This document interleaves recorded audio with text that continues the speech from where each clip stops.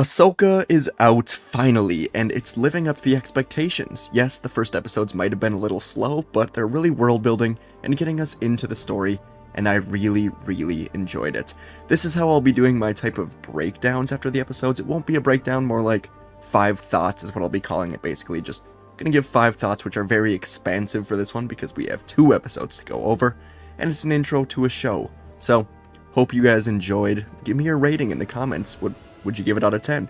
For me, probably 8.5 out of 10, so that's what I think. I know a lot of people commented on my poll that I put out and said they just didn't watch it or aren't interested. That's okay. A lot of people really are, including myself, so I want to know what everyone thinks that are watching and are enjoying. So let's get into my 5 thoughts on the first 2 episodes of Ahsoka, with thought number 1, the villains stole the show.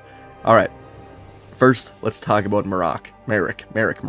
You guys know, his presence in this show was so intimidating. He wasn't initially with Baylan and Shin when the show opened, right? But he arrives with Morgan on the planet with the map that Ahsoka escaped from. He's kind of just always looming, and seeing him fight Ahsoka on Corellia was great. I didn't love how often the fight cut from Ahsoka to Hera, but if you go look up Merrick versus Ahsoka fight on YouTube, you'll get it uncut, and it looks really good. I think it looks great that way, honestly. But did we learn anything more as to who Merrick really is? And yeah, I'm going to say his name differently every time.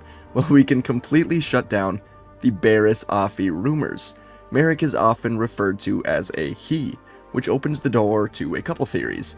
This could absolutely and probably still is the 8th brother, who we saw fall to his death in Ahsoka. That makes the most sense, and perhaps his name was just always Merrick. Like, we just don't hear him talk, we don't really get any visual cues, we don't get any facial, visual cues or sound cues, we don't see his face. So, could be the brother, or, and hear me out, I found this theory on Twitter and did my own research to expand upon it. Could it be Ezra Bridger? That would be a crazy twist, a fun twist, maybe a twist that makes it just all worth it, like seeing all this build up for him. We see Baylan, Shin, and Morgan working explicitly on trying to get to this new galaxy to find Thrawn, right? But they never mention anyone else in this unknown galaxy. Maybe they know someone has already returned, such as Ezra. It's very likely because they don't care about Ezra, but what if he somehow made his way back and is working for Morgan under some Night Sister spell or something like that? More on this. Dave Filoni created the name Merrick for the character for a reason. Merrick is the name of an Arthurian knight that was transformed into a wolf. Ezra has a great connection to the wolves of Lothal.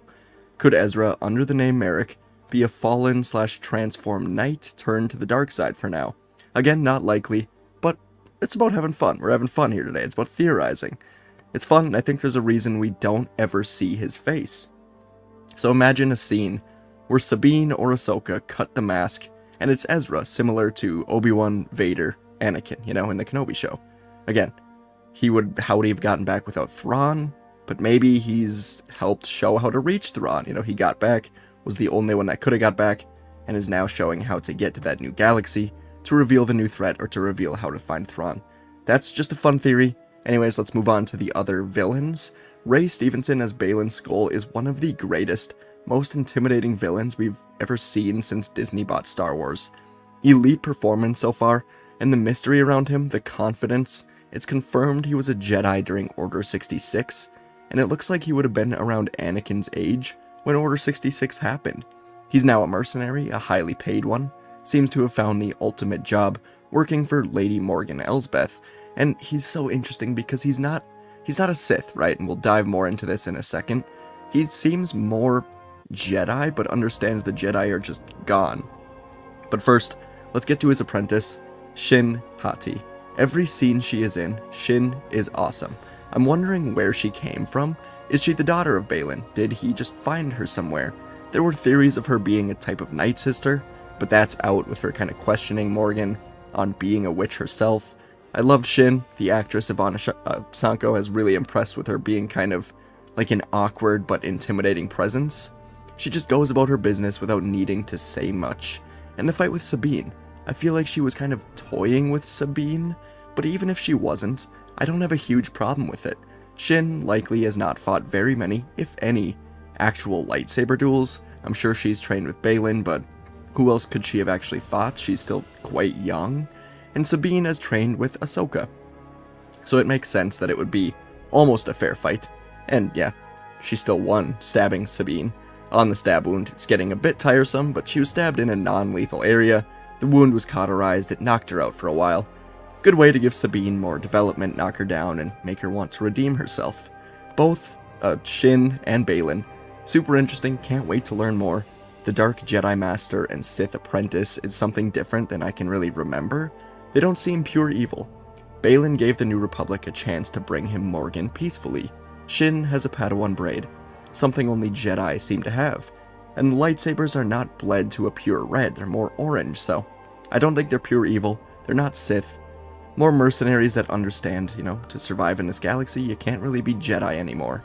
And when Baylan says the line, "It'll be a shame to kill Ahsoka because there's so few Jedi left," cool. It's cold, it's cool, it gives more depth to that character.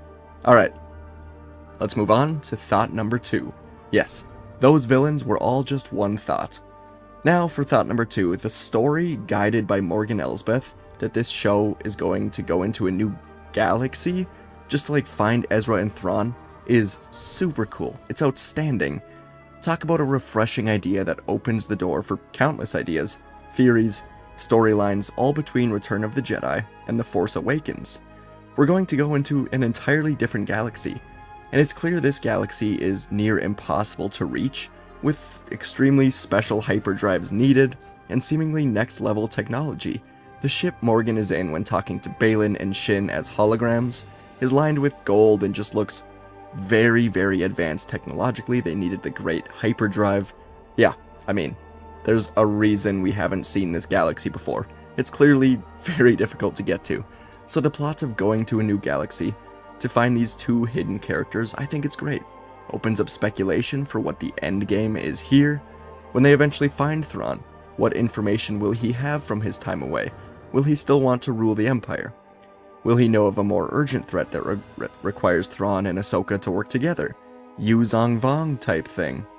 Will Thrawn want to take over the galaxy that we all know in order to fight this threat? And where is Ezra in all of this?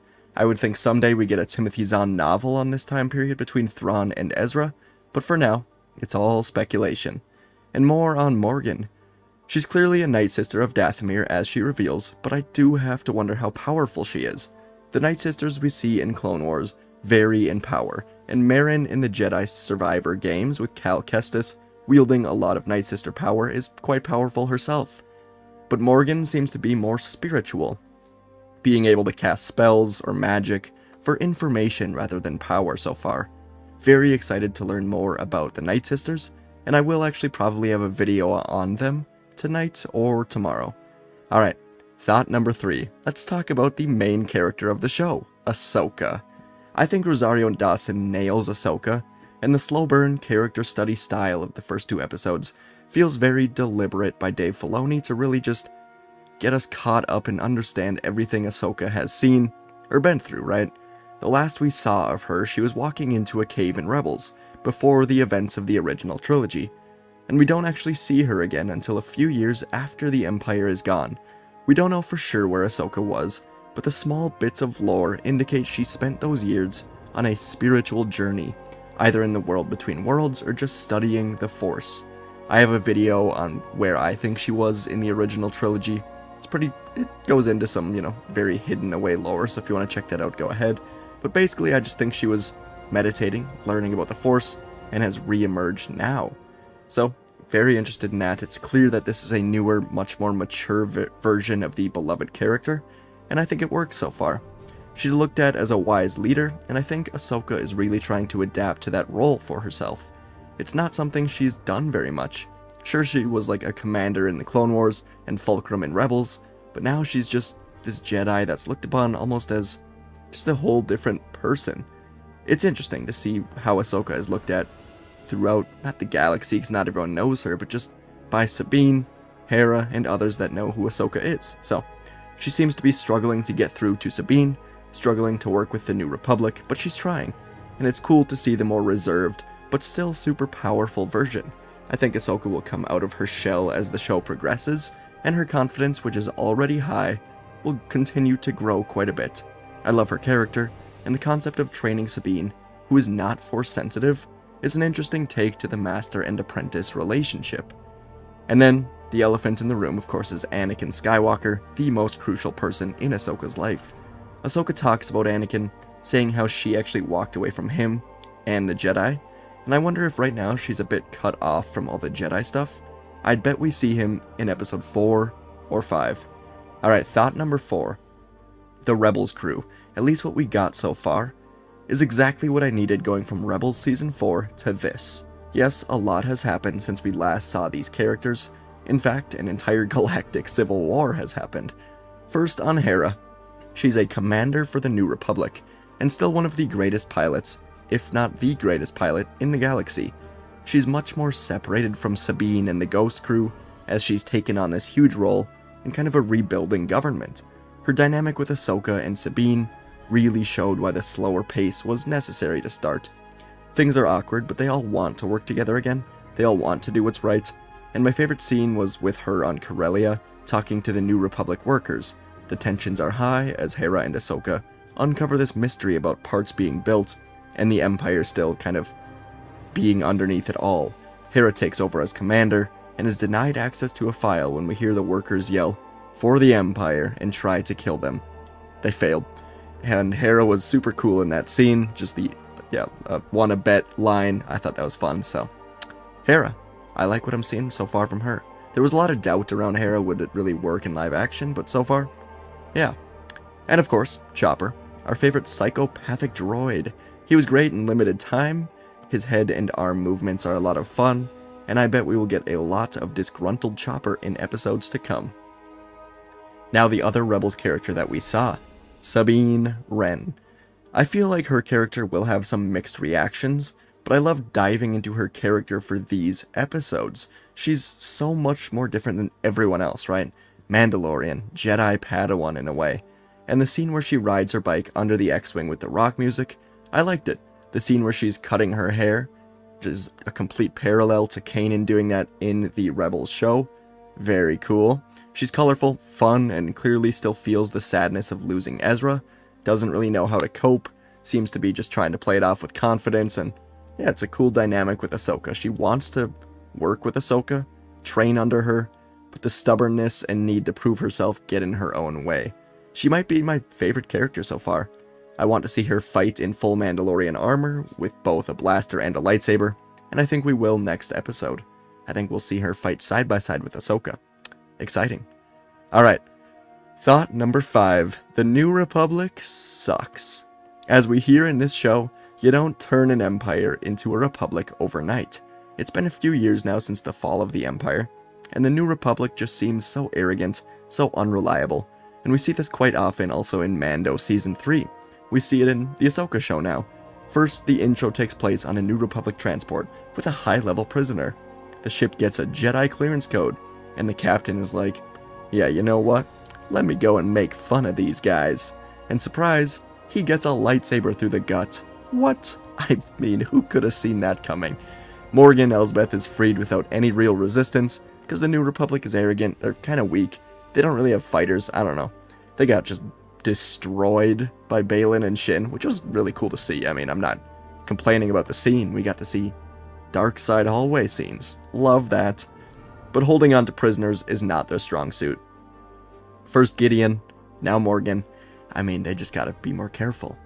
And the scene on Corellia, we learned that the New Republic still employs a ton of ex-Empire workers in a lot of places, including the shipyards. And again, we saw this in Mando Season 3, in that one wacky episode where, I forgot his name. The cloning guy, he's just at the ex-Imperial, you know what I mean. Anyways, the New Republic, it's wacky. It still employs a lot of ex-Imperial people, because they kind of just have to.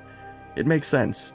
You know, most of them have no need to care about who rules at the top, so long as they get paid. I like looking into the New Republic. It really does never catch up to where it needs to be. I don't trust any of them. I'm excited to see Mon Mothma and other New Republic leaders. And yeah, those are my 5 thoughts. That's how I want to outline my kind of breakdowns. Just give my 5 biggest things I want to talk about. And for this, it was just very broad because we got 2 episodes and a whole new show. I would give the first 2 episodes an 8.5 out of 10. I really liked them. and I see why they were released together.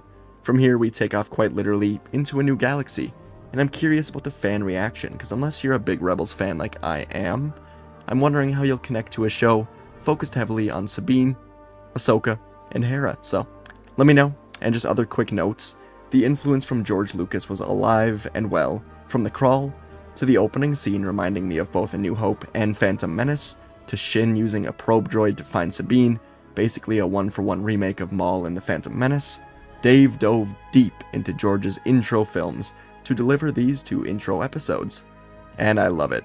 And I'm not great at analyzing music, but you guys know this music was lovely, it was wonderful. It just felt so much like Star Wars. And then the visual effects look great, show feels much more open than others like Kenobi or Boba, Lothal looked magnificent with its white makeover, and the communications tower Sabine lives in looks perfect. I thought Corellia could have been done maybe a little better, but I thought it was fine. And the acting is really well done all around, I think. I've seen some people say it's really one note, really dull.